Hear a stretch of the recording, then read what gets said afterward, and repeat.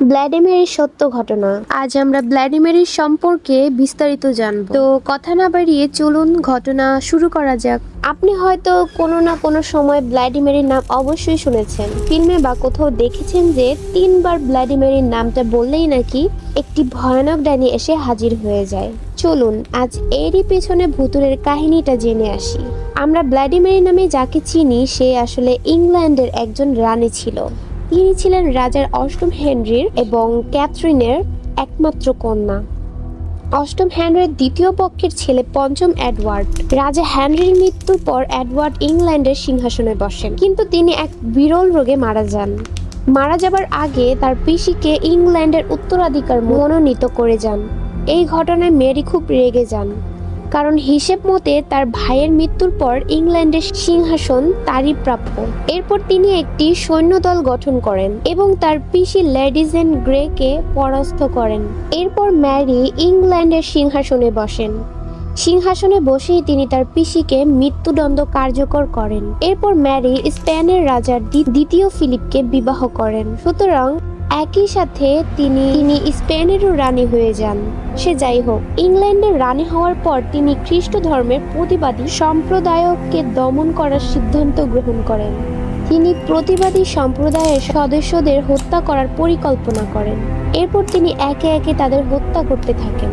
তিনি এক রাষ্ট্র এক দেশ এই আদর্শে সমগ্র দেশকে পরিচালিত করতে চেয়েছিলেন। একজন মহিলার এই আগ্রাসী মনোভাবের জন্য দেশের সবাই ম্যারিকে নিজ চোখে দেখতে শুরু করে, কিন্তু কেউই প্রতিবাদ করতে সাহস পেত না, কারণ প্রতিবাদ করলেই মৃত্যু নিশ্চিত। আবার অনেকের মধ্যে একটি কথা প্রচলিত আছে যে ম্যারি নাকি যখন স্নান করতেন তখন তিনি নাকি জলের পরিবর্তে রক্ত দিয়ে স্নান করতেন।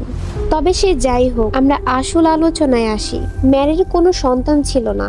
একদিন হঠাৎ করেই ম্যারির ভাবনা আসে তার মৃত্যুর পর ইংল্যান্ডের সিংহাসনে যাতে তারাই উত্তরাধিকার বসতে পারে সে ব্যবস্থা কিভাবে করা যায়। এরপর ম্যারি মা হওয়ার সিদ্ধান্ত গ্রহণ করেন। তবে এবার ম্যারি আগ্রাসী মনোভাব পাল্টে গিয়ে মানবদরদী মূর্তি দেখা দিতে শুরু করেন। যখনই ম্যারির সন্তান নেওয়ার সময় হয়ে এলো, কাকতালীয়ভাবে ম্যারির গর্ভ থেকে সন্তান জন্ম হলো না। এই ঘটনায় সবাই আশ্চর্য হয়ে যায়।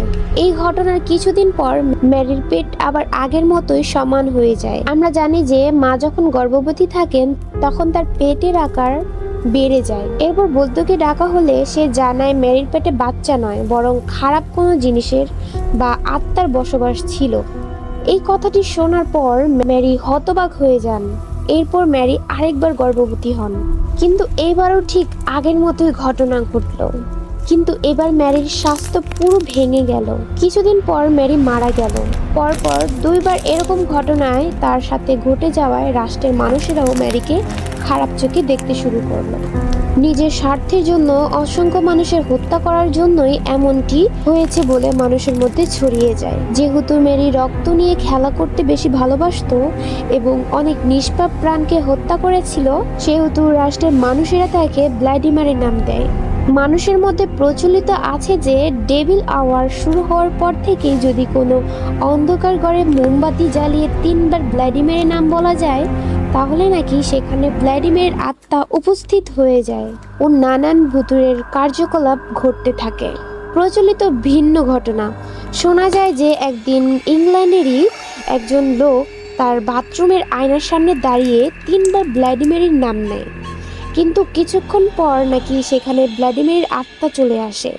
এরপর যখনই সে আয়নার নিজের মুখ দেখতে যায় তখন একটি মেয়ের মুখ ভেসে ওঠে আর মেয়েটি দুটি চোখ দিয়ে রক্ত গড়িয়ে পড়ছে। এই ঘটনাটি দেখে সেই ব্যক্তিটি আতঙ্কিত হয়ে যায়।